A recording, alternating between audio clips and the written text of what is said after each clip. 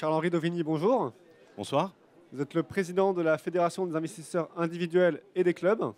Oui. Est-ce que vous pouvez nous présenter cette association?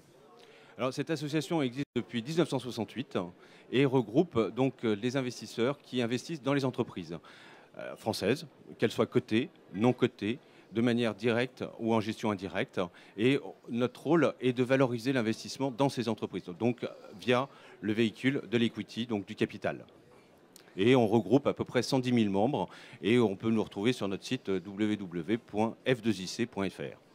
Très bien. Hier, Manuel Valls, le Premier ministre, faisait le vœu qu'il y ait plus de business angels en France. Comment est-ce qu'on fait? Alors, que Manuel Valls nous dise ça, moi je m'en félicite. Emmanuel Macron l'avait dit dans Des paroles et des actes, il souhaitait que tous les Français deviennent actionnaires. Michel Sapin, un an avant, avait expliqué qu'il fallait réorienter l'épargne des Français vers les entreprises. Il faut savoir que l'épargne française financière, c'est plus de 4 500 milliards d'euros.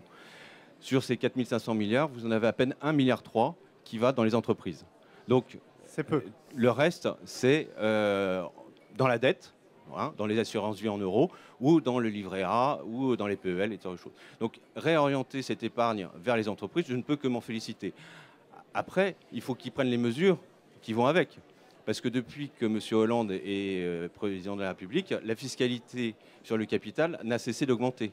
Lorsque vous êtes au plus haut du plafond, vous payez 66% sur vos plus-values, ce qui est un impôt confiscatoire. Alors, vous avez des niches fiscales, hein, que sont le PEA, que sont le PEA-PME, mais ce n'est pas suffisant. Et en plus, ça donne un signal qui est de mauvais augure en disant finalement le capital va être plus taxé que le travail. Alors que le capital, quand on l'investit dans une entreprise, on prend des risques. Hein, alors que, c'est autre chose. Oui, mais on prend des risques, on peut le perdre. Moi, j'ai créé une boîte, ça n'a pas fonctionné, j'ai perdu mon capital et j'ai même... Voilà. Et donc là-dessus, je ne peux pas le récupérer. Au rayon des solutions, Monsieur Nicolas Sarkozy, dans les Échos ce matin, proposait de supprimer l'ISF. Est-ce que c'est quelque chose, alors il n'y a pas que ça qui justifierait cette suppression, mais est-ce que c'est une bonne chose pour l'investissement dans les TPE, PME? Supprimer l'ISF, déjà, moi je n'ai pas d'opinion. Nicolas Sarkozy est arrivé au pouvoir en 2007, il avait instauré l'ISF PME.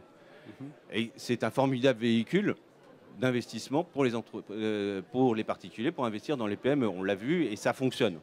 Donc après, supprimer l'ISF, mais il va falloir trouver d'autres moyens pour orienter toujours cette épargne supplémentaire vers les PME et les entreprises. Merci et là, beaucoup. j'ai pas de solution comme ça parce que je n'ai pas encore réfléchi. Vous viendrez l'an prochain alors. Voilà. Merci beaucoup. Merci.